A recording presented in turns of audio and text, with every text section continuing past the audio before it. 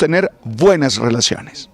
No pretendas que tus... En México está regresando desde esta mañana la normalidad, ya hay transporte público, abrió el comercio y volvieron las clases para los niños en esos estados declarados en emergencia después de la muerte del Mencho de hace 48 horas, el jefe del cartel de Jalisco. La presidenta Sheinbaum, Ricardo el Bueno. Señor. Dice que hay plenas garantías para hacer el Mundial de Fútbol, que es la principal preocupación. Estamos a 100 días largos del comienzo del partido inaugural del Mundial 2026. A 106 días, para ser más precisos, en el Estadio Azteca, en el de la capital mexicana. Ese ha sido, digamos, el punto de partida de la presidenta mexicana en las últimas 24 o 48 horas, insistiendo en que todo está bien y además con un reporte en paralelo de parte de la organización de los comités locales, Néstor y oyentes, porque en 2 semanas FIFA debe tomarse los estadios de Monterrey y Guadalajara para comenzar el montaje y la operación de los repechajes internacionales. Claro, pero es que la que tiene que dar garantías sobre las condiciones de seguridad para que se lleve el Mundial a cabo no es ella, sino los delincuentes, que son los que controlan buena parte del territorio mexicano, Néstor. Uno no le pide garantías, Héctor, a los delincuentes. No, yo lo sé, y estoy haciendo una especie de ironía, Néstor, pero estoy haciendo una especie de ironía, pero la verdad es esa. La verdad es que la señora Sheinbaum, pues la presidenta de México, el Estado de México, no controla buena parte de su territorio, que está bajo control de organizaciones criminales, como quedó probado en estos días, como consecuencia de la operación militar que dio de baja al Mencho. Entonces, yo no sé, pues ¿quién le cree a la señora? ¿Cuántos quedamos tranquilos porque la señora Sheinbaum dijo, no, tranquilos, que yo les doy garantías? No le pues había sí, entendido. Eso mismo estaban esperando los ciudadanos de Guadalajara, que suponían que el Estado les daba garantías para vivir tranquilos en su ciudad, y resulta que no, ella no controla buena parte del territorio mexicano. La presidenta Sheinbaum anuncia que no van a entrar en guerra con los narcos, tal vez por la presión del Mundial. O sea, desatar una guerra en este momento significaría, por otro lado, arriesgar la sede del Mundial 2026. Vamos a México, les contamos novedades sobre el tema del cartel de Jalisco, que va a tener, entre otras cosas, la firma, se llama El Colombiano, que puede ser el sucesor del Mencho.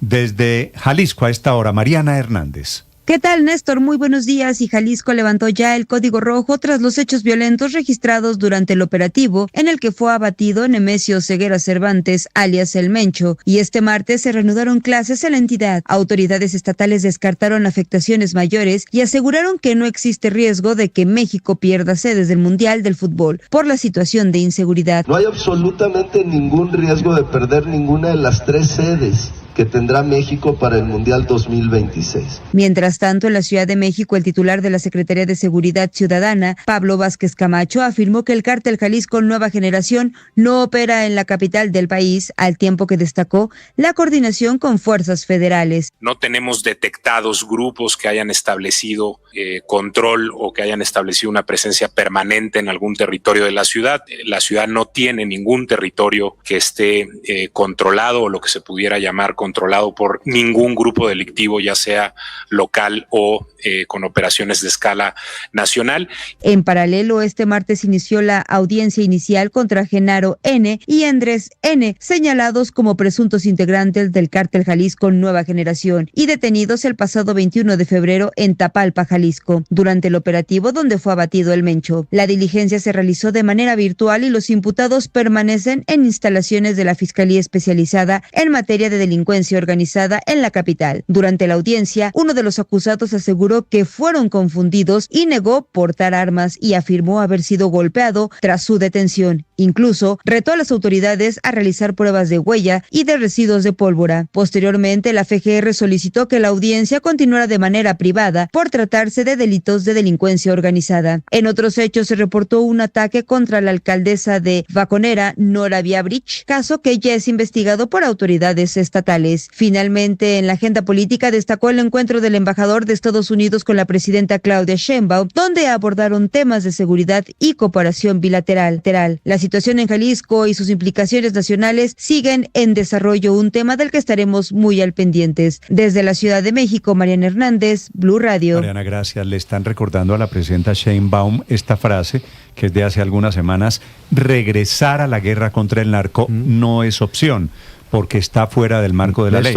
Y entonces, obviamente, la presidenta, la jefa de un Estado, diciendo que sería ilegal la guerra contra un grupo ilegal, es que suena rarísimo. Esa fue la bandera con la que la izquierda en México llegó al poder a través de Andrés Manuel López Obrador, la política de la que hablábamos este martes, la política de los abrazos y no balazos contra el narco, que al final terminó siendo, Néstor, muy criticada porque diferentes sectores políticos consideran que es una política en la que terminan conestando o terminan haciéndose pasito o terminan en una suerte, si lo colombianizamos un poquito, a la famosa, y no quiero molestar a nadie, donbernabilidad en su momento en Medellín, claro. ¿no?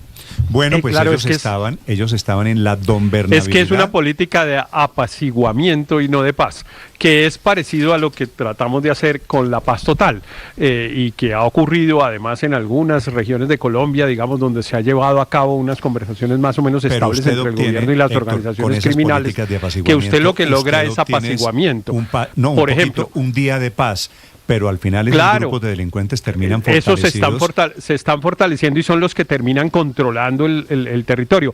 Por ejemplo, en Barranquilla, pongamos un caso concreto, en Barranquilla el gobierno colombiano ha mantenido unas conversaciones con unas de esas decenas de organizaciones criminales con las que habla. Y efectivamente eso ha logrado un resultado relativamente positivo durante algún tiempo, que es que han bajado los homicidios en Barranquilla, y el gobierno dice, bajaron los homicidios en Barranquilla a un dato histórico, etcétera. Y sí, probablemente sí, pero hay un resultado concreto que es muy malo, que es que esas organizaciones criminales están fortalecidas y por lo tanto esa paz dura hasta el día que ellos quieran. Y yo por eso ponía de presente en mi comentario anterior que pues la verdad es que la presidenta en México y el Estado en Colombia no controla esos territorios están tranquilos si las organizaciones criminales quieren estar tranquilas.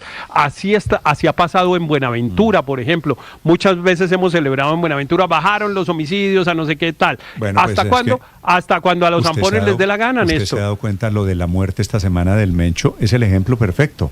Mataron al Mencho porque estaban en la política de no combatir el narcotráfico. Mataron al Mencho y están descubriendo en México esta semana el inmenso poder que comenzaron a recaudar estos grupos del narcotráfico. Solamente quiero decirle que es un patrón de la izquierda en diferentes países de Latinoamérica en particular. Recuerda a Rafael Correa en Ecuador también, ¿no? Era una política no de balazos. Abrazos y no balazos, decía el jocoso, el tierno abuelito Andrés Manuel López Obrador. Bueno, pues ahora la política de la presidenta Sheinbaum. Sí, pero en Colombia hemos tenido eso, Néstor. La guerra no es opción.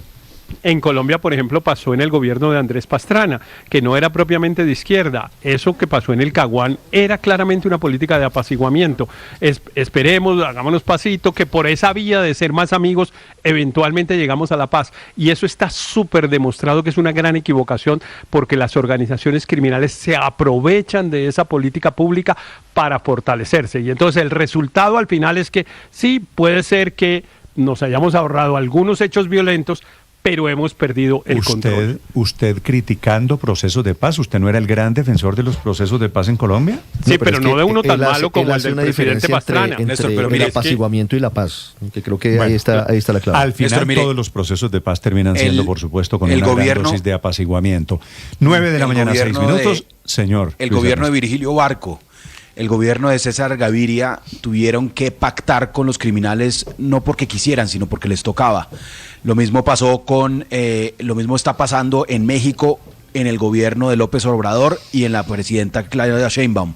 Lo mismo le pasó al comienzo incluso a Bukele con las bandas. Es decir, cuando el Estado no tiene una capacidad de someter a las fuerzas que se salen del monopolio de la fuerza, a los criminales, a los delincuentes, termina pactando. Y ese proceso de recuperación y de capacidades toma años, como le tomó a Colombia, para recuperar justamente el control territorial en la década de 2010. Mencionaban con razón el ejemplo de México, mencionaban con razón el caso colombiano de Barranquilla, en donde terminó ese cese al fuego, el de los Pepes, el de los costeños, bandas delincuenciales a las que metieron en procesos de paz. Esta mañana en Barranquilla mataron al trabajador de una empresa transportadora por un tema de extorsión a los dueños de la compañía. Vanessa Saldarriaga.